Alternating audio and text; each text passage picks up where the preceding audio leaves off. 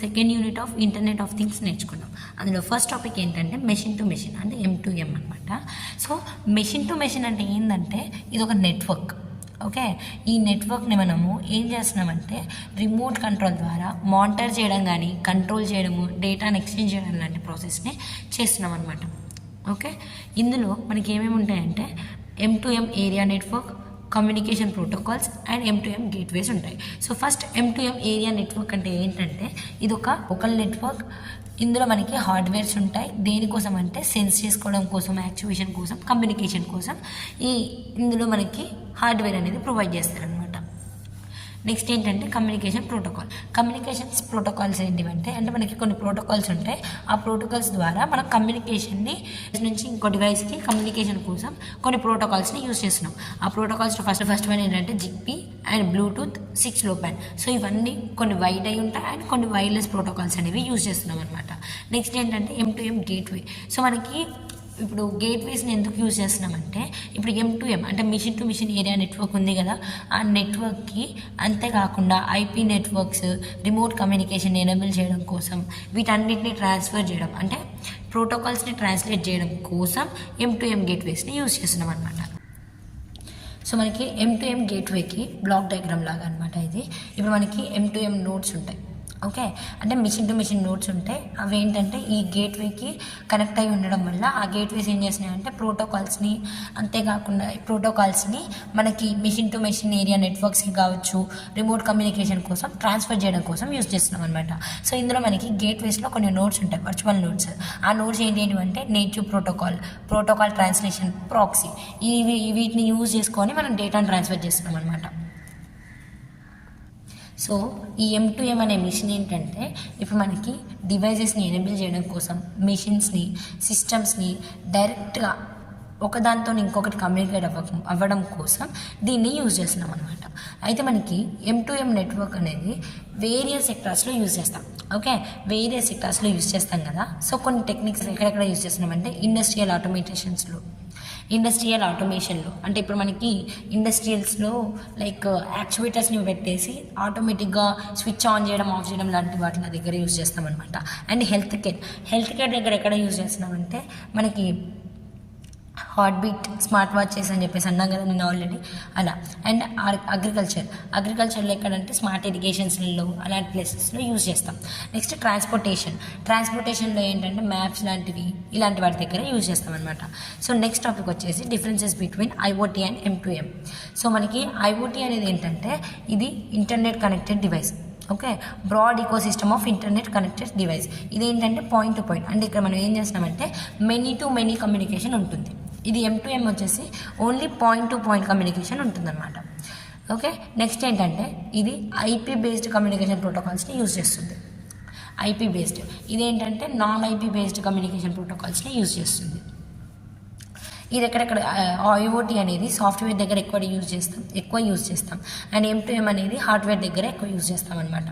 Okay, ఇందులో మనం ఇక్కడ డేటా స్టోరేజ్ అనేది ఎక్కడెక్కడ ఉంటుందంటే లోకల్లో అండ్ క్లౌడ్ స్టోరేజ్లో రెండిట్లో ఉంటుంది. ఇక్కడ ఏంటంటే ఆన్ ప్రిమిసెస్ స్టోరేజ్ మాత్రమే ఉంటుందన్నమాట. ఇది హెట్రోజీనియస్ అంటే ఏంటంటే డిఫరెంట్ డివైజెస్ అనేవి ఉంటాయన్నమాట. హోమోజీనియస్ M2M అనేది ఏంటంటే హోమోజీనియస్ అంటే ఓన్లీ ఒక దగ్గర మాత్రమే యూజ్ చేసుకునేటట్టు ఉంటుందన్నమాట. నెక్స్ట్ కలెక్టెడ్ ఇన్ క్లౌడ్లో డేటాను మొత్తం కలెక్ట్ చేసుకుంటాం. ఇక్కడ ఏంటంటే పాయింట్ సొల్యూషన్స్లో కలెక్ట్ చేసుకుంటాం. ఇది మనకి మల్టిపుల్ అప్లికేషన్స్ విత్ మల్టిపుల్ డివైజెస్ని సపోర్ట్ చేస్తుంది. ఇదేంటంటే సింగిల్ అప్లికేషన్ విత్ సింగిల్ డివైస్ని సపోర్ట్ చేస్తుంది. ఇంకా చెప్పాలంటే దీనికి ఎగ్జాంపుల్స్ ఏంటంటే స్మార్ట్ హోమ్స్, ఇండస్ట్రియల్ IoTs లాంటివి వస్తాయి. అండ్ M2Mకి ఏంటంటే టెలిమెట్రీ, వెండింగ్ మిషన్స్ లాంటివి ఇందులోకి వస్తాయి అన్నమాట. దీని యొక్క ఇనిషియల్ కాస్ట్ అనేది కొంచెం ఎక్కువ ఉంటుంది అండ్ దీని యొక్క ఇనిషియల్ కాస్ట్ అనేది కొంచెం తక్కువే ఉంటుందన్నమాట. ఇందులో యూజ్ చేసే టెక్నాలజీస్ ఏంటంటే AWS, Amazon web service, Azure and Google cloud. ఇందులోకి వచ్చేసరికి టెక్నాలజీస్ ఏంటంటే టెల్కోస్ అనమాట. So this is the differences between IoT and M2M. Next topic వచ్చేసి SDN అంటే సాఫ్ట్వేర్ డిఫైన్డ్ నెట్వర్కింగ్. ఇదొక నెట్వర్క్ ఆర్కిటెక్చర్. ఇది ఏం చేస్తుందంటే మనకి కంట్రోల్ ప్లేన్ని అండ్ డేటా ప్లేన్ని డివైడ్ చేస్తుందన్నమాట, అంటే స్ప్లిట్ చేస్తుంది. అంటే ఇప్పుడు కంట్రోల్ ప్లేన్ అంటే ఏంటంటే సిగ్నల్స్ని, రూటింగ్ డెసిషన్ని హ్యాండిల్ చేసేదేమో కంట్రోల్ ప్లేన్. డేటా ప్లేన్ ఏంటంటే యాక్చువల్గా పేలోడ్ ఎక్కడైతే ఉందో దాన్ని మనం డేటా ప్లేన్ అని చెప్పేసి అంటామన్నమాట. అయితే మనకి ఎస్డిఎన్ రాకముందు, అంటే ఈ నెట్వర్కింగ్ రాకముందు నార్మల్గా ట్రెడిషనల్ నెట్వర్క్స్ ఉండేవి కదా, ఆ నెట్వర్క్స్లో ఏంటంటే మనకి control plane and data plane రెండు కంబైన్ అయి ఉండేవి. ఓకే, కంబైన్డ్ అయి ఉండడం వల్ల మనకి ఏంటంటే ఇక్కడ మనకి ఇది కాంప్లెక్స్ అవుతుంది. ఎందుకంటే మనం ఇందులో ప్రోటోకాల్స్ అనేవి ఎక్కువ యూజ్ చేస్తున్నాం కదా, ట్రాన్స్ఫర్ అవ్వడం కోసం, డేటాను ట్రాన్స్ఫర్ చేయడం కోసం, కమ్యూనికేషన్ కోసం. దానివల్ల ఇది కాంప్లెక్స్ అయిపోతుంది అనమాట. అయితే ఈ ఎస్డిఎన్ ఏం చేశారంటే ఒక కంట్రోల్ లాజిక్ని సెంట్రలైజ్ చేశారనమాట. ఓకే, నెట్వర్క్ కంట్రోలర్లో కంట్రోల్ లాజిక్ అన్ని ప్లేస్ చేశారు వల్ల దానివల్ల ఏమవుతుందంటే ఫ్లెక్సిబుల్ అవుతుంది, అంతేకాకుండా కాంప్లెక్స్ అవ్వకుండా ఉంటుందన్నమాట. సో మనకి జనరల్గా ఇంతకుముందు ఉన్న ట్రెడిషనల్ కన్వెన్షనల్ నెట్వర్క్ ఆర్కిటెక్చర్, అంటే ఇప్పుడు మనకి ఎస్డిఎన్ కంటే ముందు కన్వెన్షనల్ నెట్వర్క్ ఆర్కిటెక్చర్ అనేది ఉండేదన్నమాట. సో దాంట్లో ఎట్లా ఉండేదంటే ఇప్పుడు మనకి హార్డ్వేర్ ఉండేది, నెట్వర్క్ ఆపరేటింగ్ సిస్టమ్స్ ఉండేది, అండ్ నెట్వర్క్ అప్లికేషన్స్ ఉండేవి. సో దీనివల్ల ఏంటంటే ఇప్పుడు మనకి ఈ నెట్వర్క్ అప్లికేషన్స్ ఏమో control plane and network OS ఏమో డేటా ప్లేన్, అలా అంటే మిగతా అన్నీ కూడా ఇక్కడ కంబైన్ అయి ఉండడం వల్ల కాంప్లెక్స్ అయిపోయే ఛాన్స్ అనేది ఎక్కువ ఉండేదన్నమాట. సో ఈ కన్వెన్షనల్ నెట్వర్క్ ఆర్కిటెక్చర్లో control plane and data plane అనేవి రెండు కంబైన్ అయి ఉండేవన్నమాట. దానివల్ల మనకి కాంప్లెక్సిటీ అనేది ఎక్కువ అయ్యేది.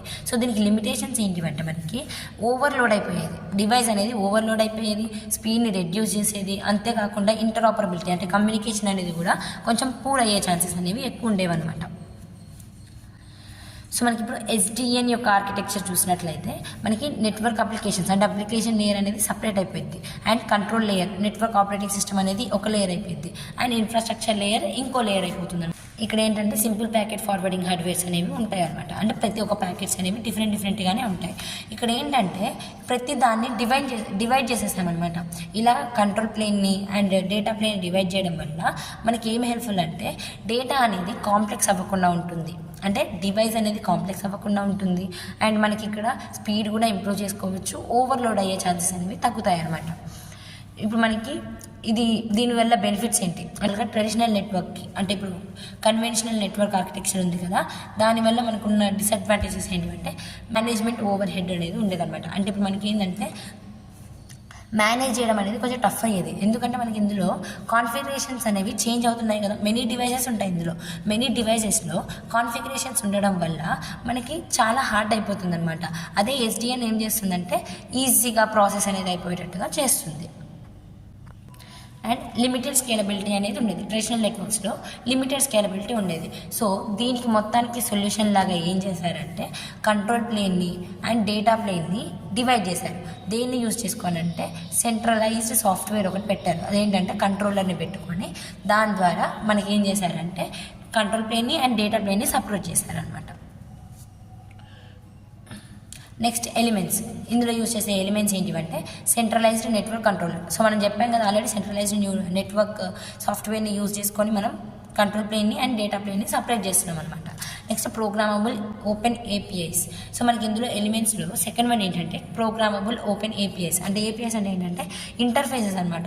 ఇంటర్ఫేసెస్ ప్రొవైడ్ చేసి అప్లికేషన్స్ కంట్రోల్ లేయర్లో ఉండే వాటిని ఇంటర్ఫేసెస్కి ప్రొవైడ్ చేస్తున్నాం అనమాట. Next standard communication interface. ఇది ఏంటంటే ఓపెన్ ఫ్లో స్విచ్ అనమాట. ఇందులో మనకి ప్రోటోకాల్స్, ఇప్పుడు సౌత్ బౌండ్లో ఉండే ప్రోటోకాల్స్ అంటే ఏంటంటే పైన ఇప్పుడు మనము డయాగ్రామ్ చూసాం కదా, సో ఈ డయాగ్రామ్లో చూసినట్లయితే మనకి ఏంటంటే ఇది అప్లికేషన్ లేయర్ అవునా, ఇదేమో కంట్రోల్ లేయర్. ఈ రెండింటిని మనం నార్త్ బౌండ్ అంటాం, అండ్ ఇన్ఫ్రాస్ట్రక్చర్ లేయర్ ఏదైతే ఉందో దాన్ని సౌత్ బౌండ్ అని చెప్పేసి అంటాం అనమాట. సో ఇవి ఏం చేస్తున్నాయంటే స్టాండర్డ్ కమ్యూనికేషన్ ఇంటర్ఫేసెస్ ఏం చేస్తున్నాయంటే మనకి సౌత్ బౌండ్ ప్రోటోకాల్స్ని ప్రొవైడ్ చేస్తున్నాయి అన్నమాట. దేనికి మధ్యలో అంటే కంట్రోలర్కి అండ్ నెట్వర్క్ డివైజెస్కి మధ్యలో ఇంటర్ఫేసెస్ని ప్రొవైడ్ చేయడం కోసం స్టాండర్డ్ కమ్యూనికేషన్ ఇంటర్ఫేస్ని యూజ్ చేస్తున్నాం. నెక్స్ట్ టాపిక్ వచ్చేసి ఎన్ఎఫ్వి అంటే నెట్వర్క్ ఫంక్షన్ వర్చువలైజేషన్. సో ఇందులో మనం ఏం చేస్తున్నామంటే ఈ నెట్వర్క్ ఫంక్షన్ వర్చువలైజేషన్ ఏం చేస్తుందంటే వర్చువలైజేషన్ని యూజ్ చేసుకుంటుంది.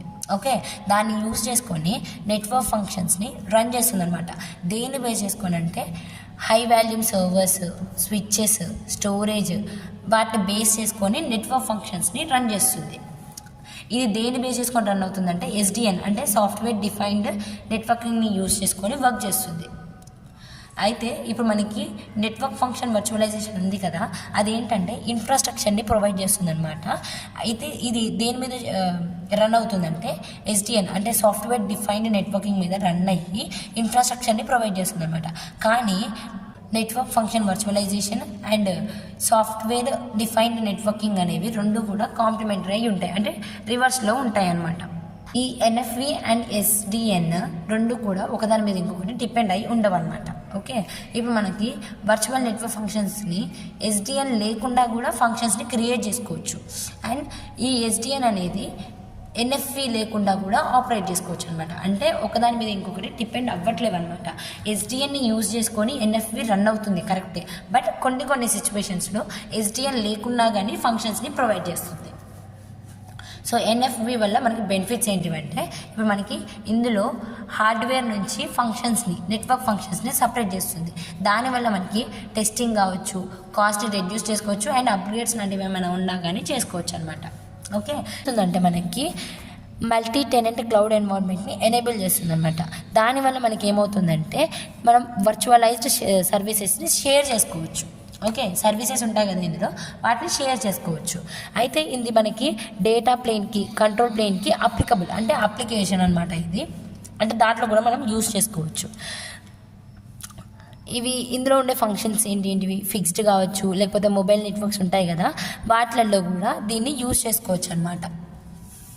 అర్థమైందా? అంటే ఇప్పుడు మనకి ఏంటంటే ఎన్ఎఫ్వి అనేది ఏం చేస్తుందంటే, దీనికి ఎగ్జాంపుల్ లాగా చెప్పుకున్నట్లయితే ఎన్ఎఫ్విలో మనకి ఎగ్జాంపుల్ ఎక్కడెక్కడ యూజ్ చేస్తున్నాం అనే దాంట్లో హోమ్ గేట్వేస్లో యూజ్ చేస్తున్నాం అనుకోండి. ఇవి ఏం చేస్తాయంటే ఈ గేట్వేస్ ఏం ప్రొవైడ్ చేస్తున్నాయంటే మనకి కొన్ని సర్వీసెస్ని ప్రొవైడ్ చేస్తాయి. ఆ సర్వీసెస్ ఏంటివంటే డిహెచ్సిపి, ఎన్ఏటి, ఫైర్ వాల్, లేకపోతే ట్రాన్స్లేషన్స్ ఉంటాయి కదా, అలాంటివి ప్రొవైడ్ చేసి అండ్ క్లౌడ్ సర్వీస్ డివైజెస్ని రన్ చేస్తుంది అనమాట. ఎక్కడంటే హోమ్ నెట్వర్క్స్లో. ఇది ఒక ఎగ్జాంపుల్ లాగా. సో మనకి ఒక డయాగ్రామెటిక్ రిప్రజెంటేషన్ చూసుకున్నట్లయితే మనం ఏమన్నాము, ఇందులో ఎన్ఎఫ్విలో మనకి వర్చువల్ నెట్వర్క్ ఫంక్షన్స్ ఉంటాయని చెప్పేసి అన్నాం కదా. సో వర్చువల్ నెట్వర్క్ ఫంక్షన్స్ అనేవి ఉంటాయన్నమాట. సో ఎన్ఎఫ్వికి ఇన్ఫ్రాస్ట్రక్చర్ ఉంటుంది. ఆ ఇన్ఫ్రాస్ట్రక్చర్లో మనకి virtual computer and virtual network and store చేసుకోవడం కోసం స్టోరేజ్, వర్చువలైజేషన్ లాంటిది ప్రొవైడ్ చేస్తుంది, and compute network and storage ఇవన్నీ కూడా ప్రొవైడ్ చేస్తుంది అనమాట. సో మనకి ఎన్ఎఫ్వి మేనేజ్మెంట్ అండ్ ఓర్కెస్ట్రేషన్ లాంటివి ఉంటాయి. సో ఇది బ్లాక్ డయాగ్రామ్ లాగా అనమాట. అంటే ఇందులో మనకి ఫంక్షన్స్ ఉంటాయి అండ్ వర్చువల్గా కంప్యూట్ చేసుకుంటాం, అంటే వర్చువల్గా కంప్యూటర్, నెట్వర్క్ అండ్ స్టోరేజ్. మళ్ళీ అంతేకాకుండా జనరల్గా కంప్యూటర్, నెట్వర్క్, స్టోరేజ్ ఉంటుంది, అండ్ మధ్యలో ఏమో వర్చువలైజేషన్ ఉంటుందన్నమాట. సో నెక్స్ట్ టాపిక్ వచ్చేసి need for IoT system management. So మనకి ఐఓటీ సిస్టమ్ మేనేజ్మెంట్ ఎందుకు అవసరం అని చెప్పేసి చెప్తున్నాం అనమాట. సో ఎందుకు అవసరం అనే దాన్ని కొన్ని ఆస్పెక్ట్స్లో చూపించినట్లయితే ఫస్ట్ వన్ ఏంటంటే ఆటోమేటిక్ కాన్ఫిగరేషన్. మనకి ఐఓటీ మేనేజ్మెంట్ సిస్టమ్ అనేది ఏం చేస్తుందంటే ఆటోమేటిక్గా కాన్ఫిగరేషన్స్ కావచ్చు, లేకపోతే డివైస్లో ప్రిడిక్షన్స్ కానీ ఈజీగా చేసుకోవడం కోసం ఈ ఐఓటీ మేనేజ్మెంట్ అనేది హెల్ప్ చేస్తుంది అనమాట. ఓకే, అయితే ఇందులో మనకి కాన్ఫిగరేషన్స్ అనేవి ఆటోమేటిక్ అవుతున్నాయి, అంతేకాకుండా మనం ఈజీగా ప్రిడిక్ట్ చేయగలుగుతున్నాం. అండ్ మనం ఇందులో ఈ ఆటోమేషన్లో ఏంటంటే ప్రతి ఒక్క నోడ్కి సేమ్ సెట్టింగ్స్ ఉండేటట్టు చూసుకుంటుంది అనమాట. అండ్ మాన్యువల్లో ఎర్రర్స్ రాకుండా చూసుకుంటుంది. అందుకే మనకి ఐఓటీ సిస్టమ్ మేనేజ్మెంట్ అనేది చాలా అవసరం. అండ్ నెక్స్ట్ ఏంటంటే monitoring operational and statistical data. ఈ మేనేజ్మెంట్ సిస్టమ్ అంటే ఐఓటీ మేనేజ్మెంట్ సిస్టమ్ ఉంది కదా, ఇది ఏం చేస్తుందంటే రన్ టైమ్ ఆపరేషనల్ డేటా ఉంటుంది కదా, అంటే సిస్టమ్ యొక్క పారామీటర్స్ కావచ్చు, అండ్ స్టాటిస్టికల్ డేటా అంటే సిపియు, మెమొరీ, యూసేజ్ డేటాస్ ఉంటాయి కదా, ఆ డేటా మొత్తాన్ని కూడా తీసుకొని ఫాల్ట్ డయాగ్నోసిస్ అండ్ ప్రోగ్నోసిస్, అంటే దానివల్ల వచ్చిన డిసడ్వాంటేజెస్ ఏంటి అండ్ అడ్వాంటేజెస్ ఏంటివి ఇవన్నీ ఫైండ్ అవుట్ చేసి ఆ ప్రాబ్లం రాకుండా చూసుకుంటుంది అనమాట. Next improve reliability. ఇప్పుడు మనకి ఈ మేనేజ్మెంట్ సిస్టమ్ ఏం చేస్తుందంటే మనకి కాన్ఫిగరేషన్స్ అనేవి ప్రొవైడ్ చేస్తుంది, ఆటోమేటిక్గా కాన్ఫిగరేషన్స్ చేస్తుందని చెప్పేసి అన్నాం కదా. ఈ కాన్ఫిగరేషన్ అనేది ఇంప్లిమెంటేషన్ కంటే ముందే చేసేస్తుంది. దానివల్ల సిస్టమ్ యొక్క రిలయబిలిటీ అనేది ఎన్హాన్స్ అవుతుంది, అంటే ఇంప్రూవ్ అవుతుంది అనమాట. నెక్స్ట్ ఏంటంటే system wide configuration. System wide configuration ఏంటంటే ఇది మల్టీ డివైస్ ఐఓటీ సిస్టమ్స్ కోసం ఉంటుంది. అంటే మనకి ఐఓటీ సిస్టమ్ మేనేజ్మెంట్ అనేది ఇప్పుడు మల్టీ డివైసెస్ కోసం కూడా యూస్ చేసుకోవచ్చు. అంతేకాకుండా కాన్ఫిగరేషన్స్ అనేవి యూనిఫామ్లో ఉండేటట్టుగా ప్రతి ఆల్ డివైసెస్కి మధ్యలో కూడా కాన్ఫిగరేషన్స్ అనేవి యూనిఫామ్గా ఉండేటట్టుగా చేస్తుందన్నమాట. అయితే ఇందులో మనకి ఆల్ ఆర్ నథింగ్, అంటే ఇది ఏంటంటే ఆల్ ఉంటే అన్నిటికీ సేమ్ ఉండాలి, లేకపోతే దేనికి ఉండకుండా ఉండాలి అనే పాలసీ లాగా ఉంటుందన్నమాట. దీనివల్ల మనకి ఏమవుతుందంటే ఫాల్స్ అనేవి అంటే ఎర్రర్స్ అనేవి వచ్చే ఛాన్సెస్ అనేవి తగ్గుతాయి అన్నమాట. నెక్స్ట్ వచ్చేసి మల్టిపుల్ సిస్టమ్ కాన్ఫిగరేషన్. ఇందులో ఏంటంటే కాన్ఫిగరేషన్స్ లాంటివి డిఫరెంట్ చేస్తున్నాం కదా, అవి డిఫరెంట్ కండిషన్స్లో డిఫరెంట్ టైప్స్లో మనం చేసుకోవచ్చు అనమాట. సో మనకి ఐఓటీ సిస్టమ్ మేనేజ్మెంట్ అనేది ఈ ఆస్పెక్ట్స్ వల్ల చాలా ఇంపార్టెంట్. అంటే ఆటోమేటింగ్ కాన్ఫిగరేషన్స్ని ఆటోమేటిక్గా చేసుకుంటుంది అండ్ మానిటరింగ్ ఆపరేషనల్ డేటాని స్టాటిస్టికల్ డేటాని మానిటర్ చేస్తుంది అండ్ రిలయబిలిటీని ఇంప్రూవ్ చేస్తుంది. అండ్ మనకి ఇది మల్టీ డివైజెస్లో ఎక్కడ కావాలంటే అక్కడ యూజ్ చేసుకునేటట్టు ఉంటుంది. అండ్ కాన్ఫిగరేషన్స్ అనేవి డిఫరెంట్ కండిషన్స్లో డిఫరెంట్ టైమ్స్ వ్యాలిడ్ చేసుకునేటట్టు ఉంటుంది అనమాట. దానివల్ల మనకి ఐఓటీ సిస్టమ్ మేనేజ్మెంట్ అనేది ఇంపార్టెంట్. మనకి వాటితో పాటు రిట్రీవింగ్ కానీ రీయూజింగ్, అంటే మళ్ళీ రిట్రీవ్ చేసుకోవడం, ఈ సిస్టమ్ రిట్రీవ్ చేసుకోవచ్చు, అంతేకాకుండా మళ్ళీ యూజ్ చేసుకోవచ్చు అనమాట. సిమిలర్ డివైజెస్ ఉంటాయి కదా, వాటిని మళ్ళీ యూజ్ చేసుకోవచ్చు అనమాట. నెక్స్ట్ టాపిక్ వచ్చేసి simple network management protocol. So ఇది సింపుల్ నెట్వర్క్ మేనేజ్మెంట్ ప్రోటోకాల్ అనేది ఏంటంటే నెట్వర్క్ మేనేజ్మెంట్ ప్రోటోకాల్స్లో బాగా యూజ్ చేస్తామన్నమాట. దేనికోసం అంటే మానిటరింగ్ ఒకటి, కాన్ఫిగరేషన్ కోసం. ఎలాంటివి నెట్వర్క్స్ అంటే డివైజెస్ అంటే రూటర్స్, స్విచ్చెస్, సర్వర్స్, ప్రింటర్స్ ఉంటాయి కదా, వాటిలో కాన్ఫిగరింగ్ లేకపోతే మానిటరింగ్ చేయడం కోసం ఈ ఎస్ఎన్ఎంపిని యూజ్ చేస్తామన్నమాట. ఓకే, ఇది ఒక ప్రోటోకాల్, నెట్వర్క్ మేనేజ్మెంట్ ప్రోటోకాల్. మనకి ఇందులో 3 కాంపోనెంట్స్ ఉంటాయి. ఫస్ట్ వన్ ఏంటంటే నెట్వర్క్ మేనేజ్మెంట్ స్టేట్మెంట్. ఈ మేనేజ్మెంట్ అప్లికేషన్ అనేది ఏం చేస్తుందంటే మనకి ఈ ఎస్ఎన్ఎంపి కమాండ్స్ ఉంటాయి కదా, వాటిని ఫైండ్ అవుట్ చేయడం కోసం యూజ్ చేస్తామన్నమాట. ఇంకోటి ఏంటంటే మేనేజ్డ్ డివైజెస్. ఇది ఏం చేస్తుందంటే నెట్వర్క్ అనేది మనకి మేనేజ్ చేసుకోవడం వల్ల మనకి ఎస్ఎన్ఏపి ఏజెంట్స్ మీద రన్ అవుతుంది కదా, ఆ నెట్వర్క్ డివైస్ని మనము మేనేజ్ చేసుకోవచ్చు. నెక్స్ట్ ఏంటంటే మేనేజ్మెంట్ ఇన్ఫర్మేషన్ బేస్ ఏం చేస్తుందంటే ఇది ఒక డేటా బేస్ లాగా. ఇది ఏం చేస్తుందంటే అట్రిబ్యూట్స్ అండ్ అట్రిబ్యూట్స్ని స్ట్రక్చర్డ్ ఫార్మాట్లో స్టోర్ చేసుకుంటుంది. దానికోసం మేనేజ్మెంట్ ఇన్ఫో బేస్ని యూజ్ చేస్తామన్నమాట. ఇందులో ఉండే ఒక మేనేజ్మెంట్ ఏంటంటే ఎస్ఎన్ఎం అంటే సింపుల్ నెట్వర్క్ మేనేజ్మెంట్. ఇదేంటంటే అప్లికేషన్ లేయర్లో ఉంటుందన్నమాట. ఇది ఏంటంటే దాని యొక్క ట్రాన్స్పోర్ట్ ప్రోటోకాల్ కోసం యూడిపిని యూజ్ చేసుకుంటుంది. సో మనకి దీనివల్ల లిమిటేషన్స్ అంటే డ్రాబ్యాక్స్ ఏంటంటే స్టేట్లెస్ అండ్ కనెక్షన్లెస్ అయి ఉంటుంది అండ్ రైటబుల్ ఆబ్జెక్ట్స్ అనేవి ఉండవు అనమాట. అంతేకాకుండా కాన్ఫిగరేషన్కి అండ్ స్టేట్ డేటాకి మధ్యలో డిఫరెన్సెస్ వచ్చే ఛాన్సెస్ ఉంటాయి. అండ్ మనకి కాన్ఫిగరేషన్ రిట్రీవల్ అనేది జరగాలి. కాన్ఫిగరేషన్ రిట్రీవల్ జరిగితేనే మనం ఇంకోసారి యూజ్ చేసుకోవడం కోసం యూజ్ అవుతుంది అనమాట. నెక్స్ట్ సెక్యూరిటీ కూడా కరెక్ట్గా ప్రొవైడ్ చేయాలన్నమాట. సో ఇవి లిమిటేషన్స్. నెక్స్ట్ ఎస్ఎన్ఎంపి డయాగ్రామ్ ఎలా ఉంటుందంటే ఇప్పుడు మనకి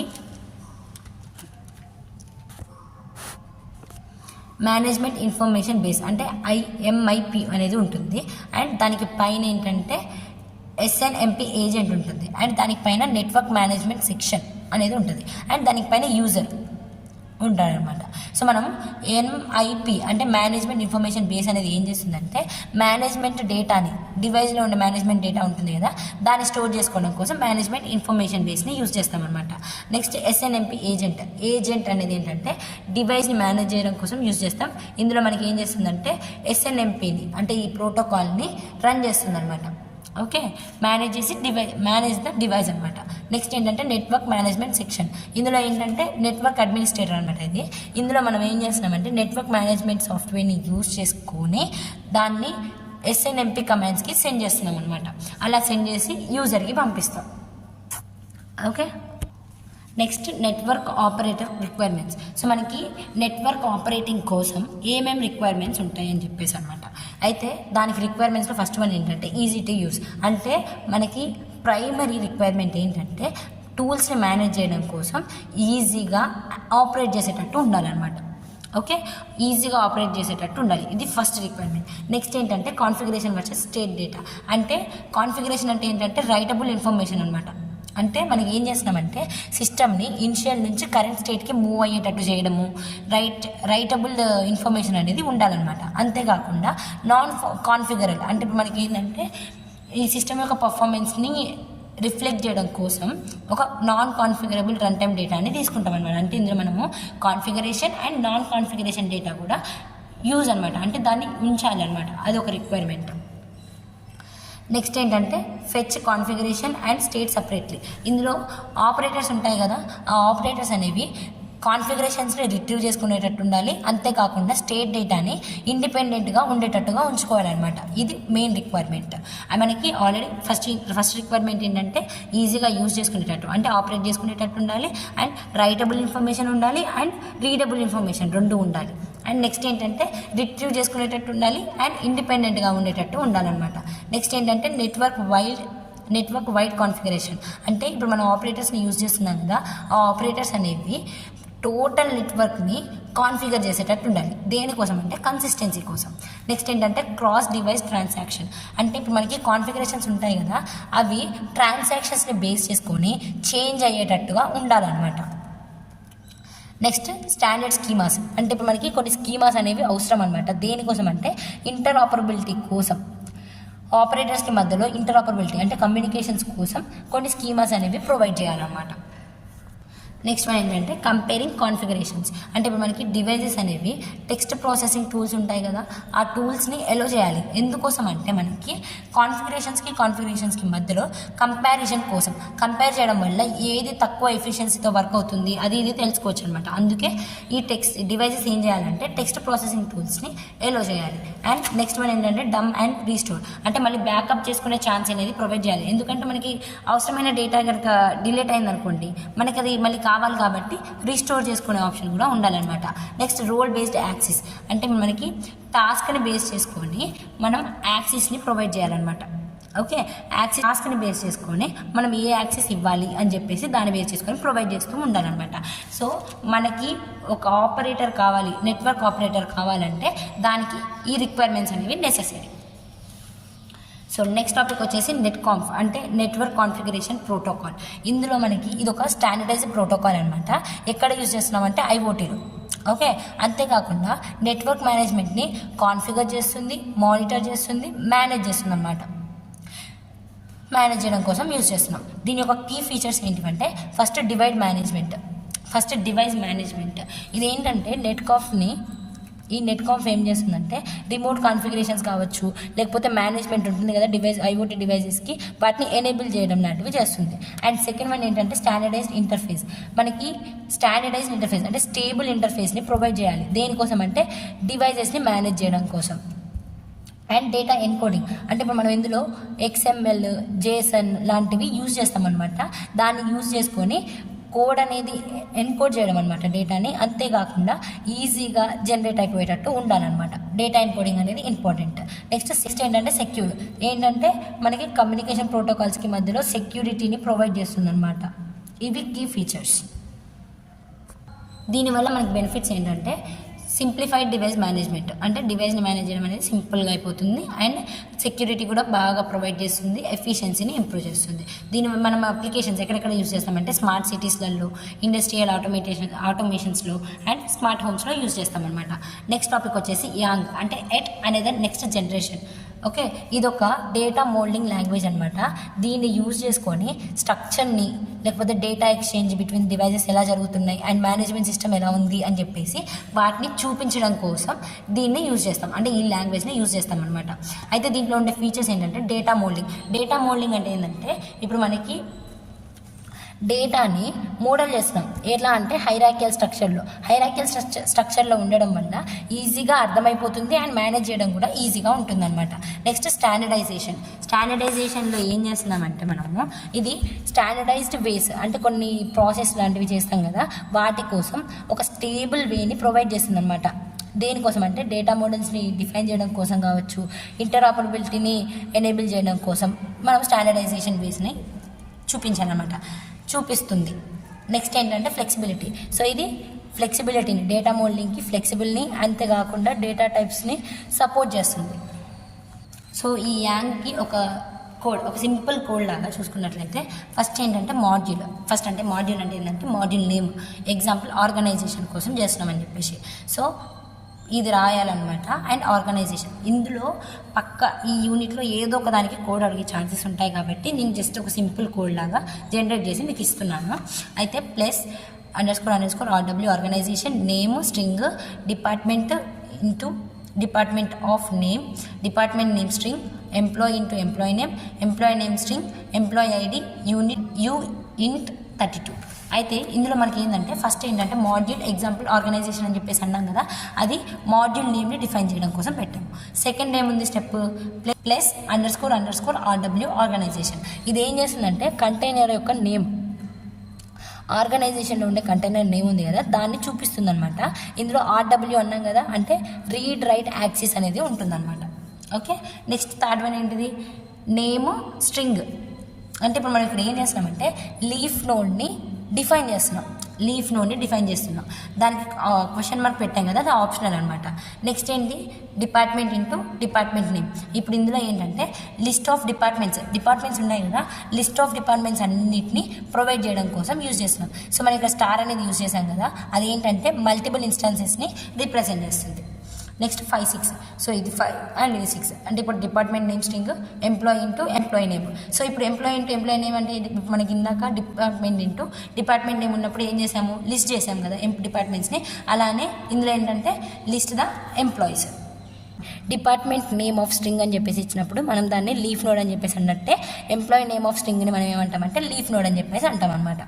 ఓకే, నెక్స్ట్ వన్ ఏంటంటే 7, 8. సో ఎంప్లాయీ నేమ్ స్ట్రింగ్ అంటే లీఫ్ నోడ్ మనకి తెలిసిపోయింది కదా. Next employee ID int32. ఇదేంటంటే ఈ ఎంప్లాయీ ఐడి ఉంది కదా, ఆ ఎంప్లాయీ ఐడి అనేది 32 బిట్ ఇంటీజర్ వాల్యూతో ఉందని చెప్పేసి చూపిస్తున్నాం అనమాట. ఇది కోడ్. సో దీనివల్ల బెనిఫిట్స్ ఏంటంటే ఇంటరాపరబిలిటీని ఇంప్రూవ్ చేస్తుంది అండ్ మేనేజ్మెంట్ అనేది కూడా సింపుల్గా అండ్ సింప్లిఫైడ్లో అయిపోతుంది, ఎఫిషియన్సీని ఇంప్రూవ్ చేస్తుంది. దీని యొక్క అప్లికేషన్స్ ఎక్కడెక్కడ వాడతామంటే నెట్వర్క్ మేనేజ్మెంట్లో అండ్ ఐఓటీ డివైస్ మేనేజ్మెంట్లో, క్లౌడ్ మేనేజ్మెంట్లో యూజ్ చేస్తామన్నమాట. నెక్స్ట్ టాపిక్ వచ్చేసి IoT system management with NETCONF and YANG. అయితే ఇప్పుడు మనకి ఐఓటీ సిస్టమ్ని మేనేజ్ చేయడం అనేది ఈ ప్రోటోకాల్తోని అండ్ ఈ లాంగ్వేజ్తో రెండింటితో చేస్తున్నాం అనమాట. సో ఇందులో ఉండే కాంపోనెంట్స్ ఏంటంటే మేనేజ్మెంట్ సిస్టమ్. సో ఈ మేనేజ్మెంట్ సిస్టమ్ ఏం చేస్తుంది, ఆపరేటర్స్ ఏం చేస్తున్నాయి అంటే నెట్కాంఫ్కి మెసేజ్ని సెండ్ చేసి కాన్ఫిగరేషన్ కోసం ఐఓటీ డివైస్ కోసం చేస్తున్నాం అనమాట. దాని ద్వారా ఏం చేస్తుందంటే ఈ ఆపరేటర్స్కి ఒక ఇన్ఫర్మేషన్ అనేది ఈ డివైసెస్ నుంచి ఇన్ఫర్మేషన్ అనేది వెళ్తుందనమాట ఈ నెట్కాంఫ్ని యూజ్ చేసుకోండి. నెక్స్ట్ మేనేజ్మెంట్ ఏపీఐ ఏం చేస్తుందంటే ఇప్పుడు మనకి అప్లికేషన్స్ని ఎలో చేస్తుందనమాట. దానివల్ల నెట్కాంఫ్ సెషన్స్ని రీడ్ ఆర్ రైట్ డేటాని లాంటివి ఆపరేట్ చేసుకోవడం కోసం యూజ్ అవుతుంది. నెక్స్ట్ ట్రాన్సాక్షన్ మేనేజర్లో ఏంటంటే ఇప్పుడు మనకి నెట్కాంఫ్ ట్రాన్సాక్షన్స్ ఉంటాయి కదా, అలాంటివి ఎగ్జిక్యూట్ చేస్తుంది అనమాట. ఈ ట్రాన్సాక్షన్స్ వల్ల మనకి యాసిడ్ ప్రాపర్టీస్ లైక్ ఏంటివి అటామిసిటీ, కన్సిస్టెన్సీ, ఐసోలేషన్, డ్యూరబిలిటీ ఈ ప్రాపర్టీస్ ఉంటాయి కదా, వాటిని ఎన్ష్యూర్ చేసుకోవచ్చు అనమాట, అంటే ప్రొవైడ్ చేయవచ్చు. Next roll back manager. ఇది ఏం చేస్తుందంటే ట్రాన్సాక్షన్స్ని జనరేట్ చేస్తుంది. దేనికోసం అంటే రోల్ బ్యాక్ కోసం అనమాట. దీనివల్ల ఎట్లా అంటే ఒరిజినల్ స్టేట్కి తీసుకురావడం కోసం, రోల్ బ్యాక్ అనగానే ఒరిజినల్ స్టేట్కి తీసుకురావడం కోసం ట్రై చేస్తుంది. Next data model manager. ఇది ఏం చేస్తుందంటే యాంగ్ మోడల్స్ ఉంటాయి కదా, అంటే లాంగ్వేజ్ మోడల్స్ ఉంటాయి కదా, వాటిని ట్రాక్ చేసి అండ్ ఆబ్జెక్ట్స్ని మేనేజ్ చేస్తుంది అనమాట. Next configuration validator. వ్యాలిడ్గా ఉందా లేదా కాన్ఫిగరేషన్ అని చెప్పేసి చెక్ చేస్తుంది అనమాట. Next configuration database. అంటే ఇప్పుడు మనకి ఇందులో కాన్ఫిగరేషన్ని అండ్ ఆపరేషనల్ డేటాని రెండింటిని స్టోర్ చేసుకుంటుంది అనమాట. Next configuration API. ఇదేంటంటే ఇది ఒక డివైస్ అప్లికేషన్. ఇందులో కాన్ఫిగరేషన్స్ అండ్ రైట్ ఆపరేషనల్ డేటాని హ్యాండిల్ చేస్తుంది అనమాట. అంటే కాన్ఫిగరేషన్స్ని రీడ్ చేసుకుంటుంది అండ్ ఆపరేషనల్స్ వాటిని రైట్ చేసుకుంటుంది. Next data provider API. ఇదేంటంటే డివైస్ అప్లికేషన్స్ని ఎలో చేస్తుంది. దేనికోసం అంటే కాల్ బ్యాక్స్ కావచ్చు, లేకపోతే రిపోర్ట్ చేయడం కోసం యూజ్ అయ్యేటట్టుగా చేస్తుంది అనమాట. సో దీనికి మొత్తం ఓవరాల్గా ఒక డయాగ్రామ్ రిప్రజెంటేషన్లో చూపించాలంటే ఇప్పుడు మనకి ఇందులో నెట్కాంఫ్ అండ్ యాంగ్ రెండింటిని యూజ్ చేసాం కాబట్టి నెట్కాంఫ్కి ఏమో మనకి కాన్ఫిగరేషన్ డేటాబేస్ ఉంటుంది and configuration API and data provider API అనేవి యూజ్ చేస్తాం. అండ్ నెట్కాంఫ్కి వచ్చేసరికి management API, transaction, roll back, data model, configuration validator and authentication ఇవన్నీ రాసుకోవాలన్నమాట. ఓకే, ఇందులో మనకు ఆబ్జెక్టివ్స్ ఉంటాయి అండ్ అప్లికేషన్స్ ఉంటాయి. పైన మేనేజ్మెంట్ సిస్టమ్ అండ్ నెట్కాంఫ్. ఓకే, అర్థమైంది కదా. ఇందులో మనకి నీటోపీర్ అనే ఒక ఓపెన్ సోర్స్ ఒక నెట్కాంఫ్ యొక్క టూల్ అనేది ఉంటుందన్నమాట. అయితే ఇది దేని ద్వారా బిల్డ్ చేశారంటే LIB నెట్కాంఫ్ లైబ్రరీ ద్వారా చేశారనమాట. సర్వర్ ఉంటుంది. ఇది ఏంటంటే నెట్కాంఫ్ ప్రోటోకాల్ సర్వర్ అనమాట. ఇది దేని ద్వారా రన్ అవుతుందంటే మేనేజ్డ్ డివైజెస్ని రన్ చేయడం కోసం క్రియేట్ చేశారనమాట. ఇది ఏం చేస్తుందంటే ఎన్విరాన్మెంటల్ కాన్ఫిగరేషన్స్ని కూడా ప్రొడ్యూస్ చేస్తుంది. నెక్స్ట్ ఏంటంటే ఏజెంట్ ఏం చేస్తుందంటే ఇది కూడా నెట్కాంఫ్ ఏజెంట్. ఇదేంటి సర్వర్ కూడా నెట్కాంఫ్ సర్వరే అండ్ ఏజెంట్ కూడా నెట్కాంఫ్ ఏజెంట్. ఇది దేని ద్వారా రన్ అవుతుందంటే SSH అనే సబ్ సిస్టమ్ ద్వారా రన్ అవుతుందన్నమాట. ఈ సబ్ సిస్టమ్ ఏం చేస్తుందంటే కనెక్షన్స్ని యాక్సెప్ట్ చేసి ఆపరేషన్స్ని పర్ఫామ్ చేస్తుంది అనమాట. నెక్స్ట్ ఏంటంటే క్లయింట్. అయితే ఇది కూడా నెట్కాంఫ్ క్లయింటే. ఇది ఏం చేస్తుందంటే కమాండ్ లైన్ ఇంటర్ఫేసెస్ని ప్రొవైడ్ చేస్తుంది. అంతేకాకుండా ఆపరేటర్ అనేది ఈ నెట్కాంఫ్ RPC ఆపరేషన్స్ని పర్ఫామ్ చేస్తుంది అనమాట. దానివల్ల కాన్ఫిగరేషన్స్ అనేవి ఈజీగా చేసుకోవచ్చు. నెక్స్ట్ ఏంటి మేనేజర్. ఈ మేనేజర్ ఏం చేస్తుందంటే యాంగ్ని అండ్ ఇందులో మనం యూజ్ చేసే లైబ్రరీ ఉంది కదా ఆ ట్రాన్సాక్షన్స్ని మేనేజ్ చేస్తుంది అనమాట. దానివల్ల మనకి ఏమవుతుందంటే మాడ్యూల్స్లో మనకి ఏదైనా అవసరం లేనిది ఉంటాయి కదా వాటిని రిమూవ్ చేయడం, అంటే బాగా ఓవర్లోడ్ అయిన మాడ్యూల్స్ ఉంటాయి కదా వాటిని రిమూవ్ చేయడం లాంటివి చేస్తుంది అనమాట సర్వర్ నుంచి. సో దీన్ని డయాగ్రమెటిక్ రిప్రజెంటేషన్లో చూపించినట్లయితే ఇప్పుడు మనకి నీటోపీర్ అనేది ఉంటుంది. ఓకే, మేనేజ్మెంట్ సిస్టమ్ అనేది ఉంటుంది. ఇందులో మనము సబ్ సిస్టమ్ ఏది వాడుతున్నామంటే SSH క్లయింట్ని యూజ్ చేస్తున్నాం అనమాట. అయితే మనకి సర్వర్ ఉంటుందని చెప్పేసి అన్నాం కదా. సో ఇందులో SSH సర్వర్ ఉంటుంది అండ్ ఏజెంట్ ఉంటుంది. సో నీటోపీర్ సర్వర్ అండ్ నీటోపీర్ సర్వర్ ఈ రెండింటికి మధ్యలో బస్ అంటే కనెక్షన్ అనేది ఉంటుందన్నమాట. మనకి యాంగ్ మాడ్యూల్స్ అనేవి ఉంటాయని చెప్పేసి అన్నాం కదా. YANG modules and trans API modules అనేవి ఉంటాయి అన్నమాట. ఇవన్నీ దేనికి కనెక్ట్ అయి ఉంటాయి అంటే IoT డివైజెస్కి కనెక్ట్ అయి ఉంటాయి అండ్ ఈ నీటోపీర్ సర్వర్స్కి అండ్ కాన్ఫిగరేషన్ డేటా స్టోర్స్కి కనెక్షన్ అనేది ఉంటుంది. ఇది ఓవరాల్గా నీటోపీర్ యొక్క రిప్రజెంటేషన్. సో మనము IoT device management with NETCONF and యాంగ్కి స్టెప్స్ ఉంటాయన్నమాట కొన్ని. ఆ స్టెప్స్ ఏంటంటే ఫస్ట్ ఏం చేస్తున్నామంటే యాంగ్ మోడల్ని క్రియేట్ చేయాలి, అంటే కాన్ఫిగరేషన్ని సిస్టమ్ కాన్ఫిగరేషన్ని డిఫైన్ చేస్తున్నాం అనమాట. సెకండ్ ఏంటంటే కంపేర్ యాంగ్ మోడల్ విత్ పియాంగ్, అంటే పియాంగ్ అనేది ఏంటంటే ఒక టూల్ అనమాట. ఈ టూల్ని యూజ్ చేసుకొని ట్రాన్స్ API మోడల్ని జనరేట్ చేస్తాం.